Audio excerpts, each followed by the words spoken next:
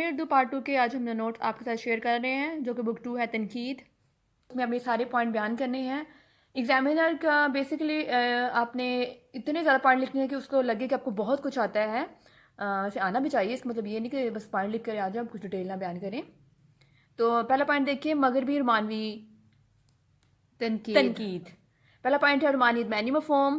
Second ہے رومانیت کا پس منظر بقول ڈاکٹر سعید عبداللہ. رومانوی ادب کی خصوصیت بقول محمد احسن فاروقی. رومانوی شاعری مغربی شاعرہ کے حوالے سے. رومانوی تنقید ورتھ ورس کے حوالے سے بقول ورتھ ورس. کولریج تخیل بقول کولریج. رومانیت معنی مفہوم. رومانیت انگریزی کی اصطلاح رومانٹسزم رومان سے مل کر بنی ہے. رومان زبان کا لفظ ہے اور اس کے معنی اجاڑا، ویران، جنگل اور بیابان کے بتائے گئے ہیں. جیسے جیسے وقت گزرتا گیا اس کے معنی و مفہوم ویسے ہی بدل گئے. 75 کے قریب فرانس میں آیا اور سن 1778 میں اس لفظ نے فرانسی اکیڈمی کی لغت میں جگہ پائی. اس کے معنی عام طور پر یہ بتائے جاتے ہیں، یہ کوٹیشن ہے، آپ نے بالکل ایسے ہی بیان کیا نا انورٹڈ کوما کے اندر. رومانٹک کا لفظ ان ادیبوں کے لیے ہے جو کلاسیکی ادیبوں کے بنائے ہوئے اصول اور قواعد سے ہٹ کر لکھتے ہیں.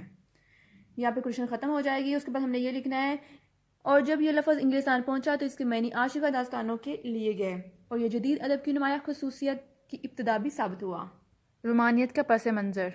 ادب میں رومانیت کی تحریک کلاسیکیت کی تحریک کا رد عمل تھی اور اس کی بنیاد تحریک اصلاح کے بعد رکھی گئی. اور اس سے آگے جو ہے وہ آپ اس کی ریڈنگ کر لیں. اور بقول ڈاکٹر سید عبداللہ گوئٹے جو کہ ایک مغربی شاعر تھے کی رائے میں رومانیت ایک فرض ہے، اور وہ برملا کہتا ہے کہ رومانوی مسلک مریضانہ مسلک ہے. اچھا ادب پارہ ہمیشہ وہ ہوگا جو کلاسیکیت کے اصولوں کی پیروی کرے گا. اس کے بعد ہم نے یہ بیان کرنا ہے، اس روایت کو توڑنے میں سب سے پہلا نام شیکسپیئر کا تھا جو کہ بہت ہی فیمس پوئٹ ہیں جس نے رومانیت کا آغاز کیا. اس کے بعد جو فیمس شاعر آتے ہیں ان کے نام یہ ہیں ورڈسورتھ، کولریج، شیلے اور کیٹس نے فطرت کے حسن کو اپنی نظموں میں سمو کر الفاظ کی خوبصورت تصاویر بنائی. رومانوی ادب کی خصوصیت.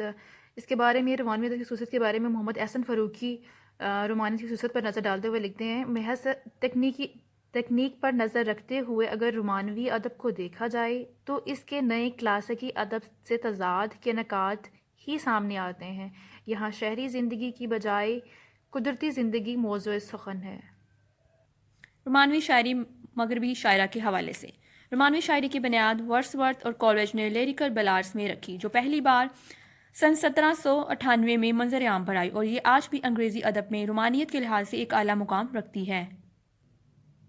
یہاں پر رومانوی تنقید جو کہ ورڈزورتھ نے اپنی کتاب لیریکل بلیڈ اس کے حوالے سے ہی اس میں بیان کیا گیا ہے. اس کا اسکرین شاٹ لے کے یہاں آپ اس کو لکھ لیں اور اس کو بعد میں یاد کیجیے گا کیونکہ یہ تھوڑا سا ٹاپک لمبا ہے، اس کے بارے میں آپ پڑھ لیں خود سے. اور رومانوی تنقید ورڈسورتھ کے حوالے سے.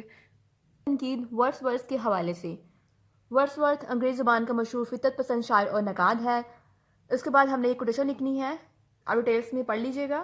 بقول ورڈسورتھ، شاعر کے نزدیک انسان اور فطرت دونوں ایک دوسرے کے رازدار اور محرم ہیں. اور اس کو آپ اسکرین شاٹ لے لیں اور اس کی ریڈنگ کر لیں، اور جتنا آپ کو یاد رہ جائے اس سے.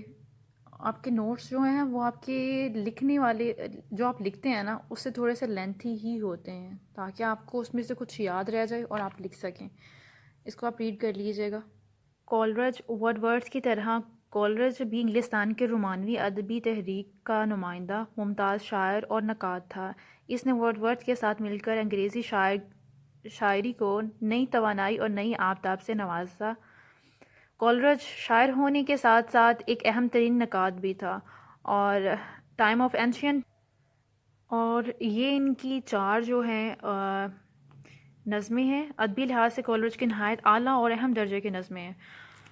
اور اس کے بعد آپ اس کا یہ اسکرین شاٹ لے لیں جو آپ کو بہت ہیلپ فل رہے گا. اس کی آپ ریڈنگ کر لیں، اور اس کا جو 3rd پیرا ہے میں وہ پڑھنے جا رہی ہوں.